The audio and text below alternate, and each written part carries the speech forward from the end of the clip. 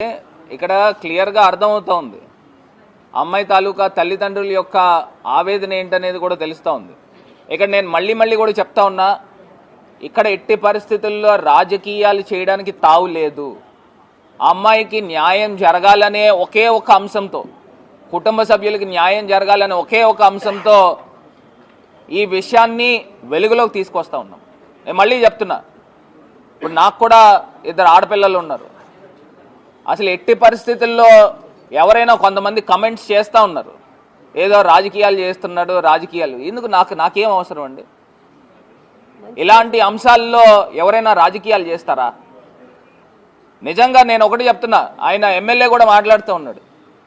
ఎంత దౌర్భాగ్యమైన మాటలు మాట్లాడుతున్నాడు అంటే, అక్కడ పిల్లలు కాలేజ్ స్టూడెంట్స్ వెళ్ళిపోతూ ఉంటానంట, వాళ్ళందరినీ నేను పిలుచుకుని వచ్చి నేను జమ చేసి వాళ్ళందరినీ అక్కడ ధర్నాల్లో కూర్చోబెట్టానని చెప్పి చెప్తా ఉంటాను.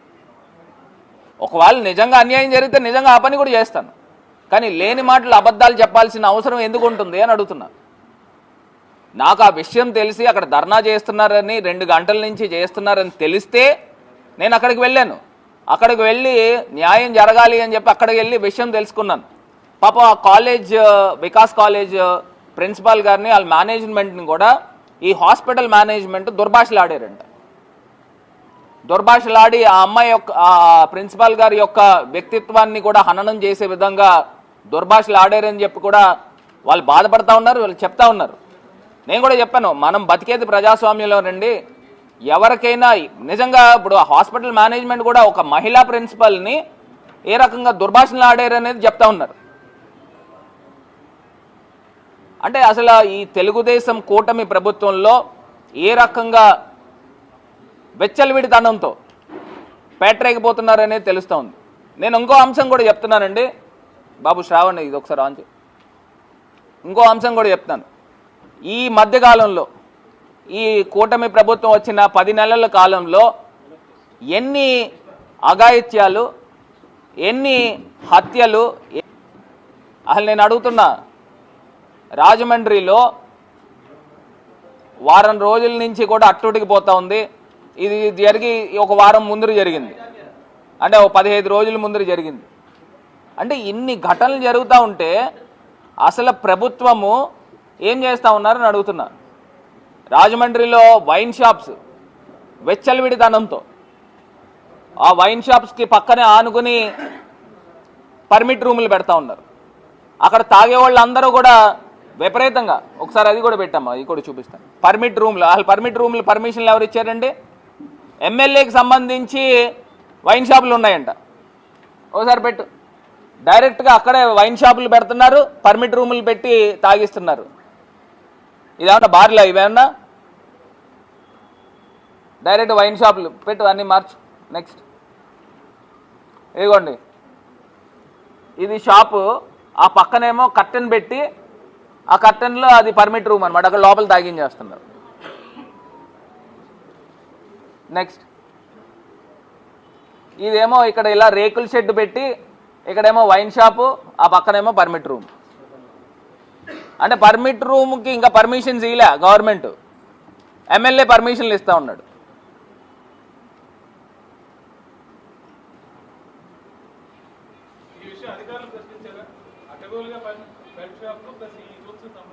అంటే నేను ఎందుకు చెప్తున్నానంటే, వెచ్చలవిడితనంతో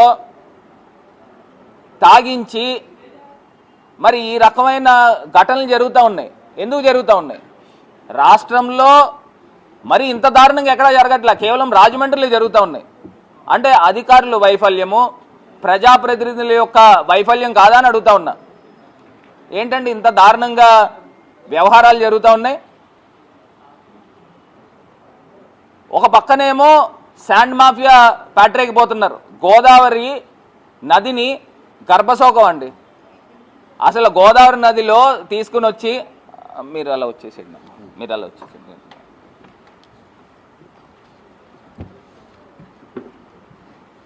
గోదావరి నదిలో అటు వచ్చేసేయండి, డ్రెడ్జింగ్ పెట్టుకుని విపరీతంగా ఇష్టం వచ్చినట్లు ఇసుక తోడేస్తూ ఉన్నారు. నేను అడుగుతా ఉన్నా, గోదావరి నదిలో దగ్గర దగ్గరగా 20 మీటర్లు 30 మీటర్లు ఒక్కొక్క చోట అగాధాల కిందని ఏర్పడి మొత్తం అంతా కూడా శాండ్ తోడేసే కార్యక్రమం.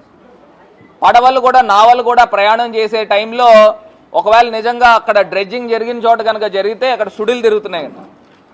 అంటే పడవలు తిరగబడిపోయే పరిస్థితులు కూడా కనబడుతూ ఉన్నాయి. నేను అడుగుతా ఉన్నా, అసలు ఇంత దారుణంగా పర్మిషన్స్ కూడా ఇంకా కలెక్టర్ పర్మిషన్ తీయలేదట కోట్లింగాల్లో ఆ యొక్క ర్యాంపులకి.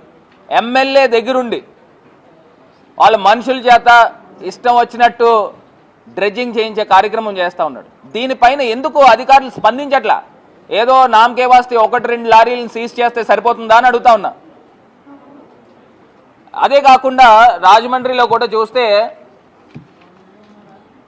భూ మాఫియా కబ్జాలు జరుగుతూ ఉన్నాయి. నేను అడుగుతున్నా, ఇప్పుడే నాకు ఫోన్ కూడా వచ్చింది. లాలా చెరువు దగ్గర హోండా షోరూమ్కి ఎదురుగుండా లోపల సైట్ సుమారుగా 2000 ఎన్ని గజాలండి అది 13 పేపర్స్ ఇలాగి ఆ 1300 గజాల స్థలము. ఆ స్థలాన్ని ఇప్పుడు వచ్చి అక్కడ ఫెన్సింగ్ పోల్స్ వేసి ఆ స్థలం కబ్జా చేసే కార్యక్రమం చేస్తూ ఉన్నారు. అది ప్రభుత్వానికి సంబంధించిన స్థలం. 30-40 సంవత్సరాలుగా అక్కడ ఆ వార్డులో ఏ కార్యక్రమాలు జరగాలన్నా కూడా అక్కడే చేసుకుంటారు. వీళ్ళు ఎక్కడి నుంచి పుట్టుకుని వచ్చారని అడుగుతున్నా. ఇది కాకుండా మోడల్ కాలనీలో అక్కడ మున్సిపాలిటీకి సంబంధించి ఒక 550 గజాల స్థలం ఉంది. దాన్ని కూడా ఒక డాక్యుమెంట్స్ క్రియేట్ చేసి దాన్ని కూడా కబ్జా చేసే కార్యక్రమం చేస్తూ ఉంది.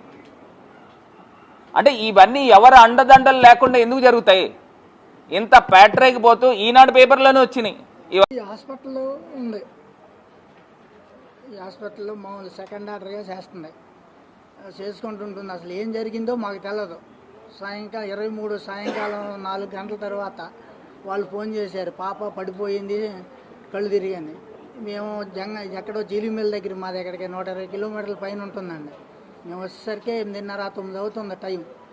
వచ్చిన తర్వాత ఏమీ లేదు, ఇంటిలేటర్ మీద ఉంచారు. మేము వచ్చాక ఐసీకి షిఫ్ట్ చేశారు. ఏదో చేస్తున్నామన్నారు కానీ ఏమీ మాకు తెలవడం లేదండి. మాకేమీ చెప్పడం లేదు, సిబ్బంది చెప్పడం లేదు.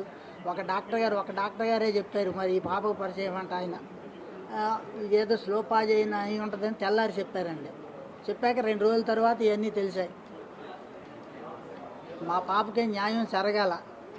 మా పాపకు జరిగిన పరిస్థితి ఎవరికీ జరగకూడదు. అది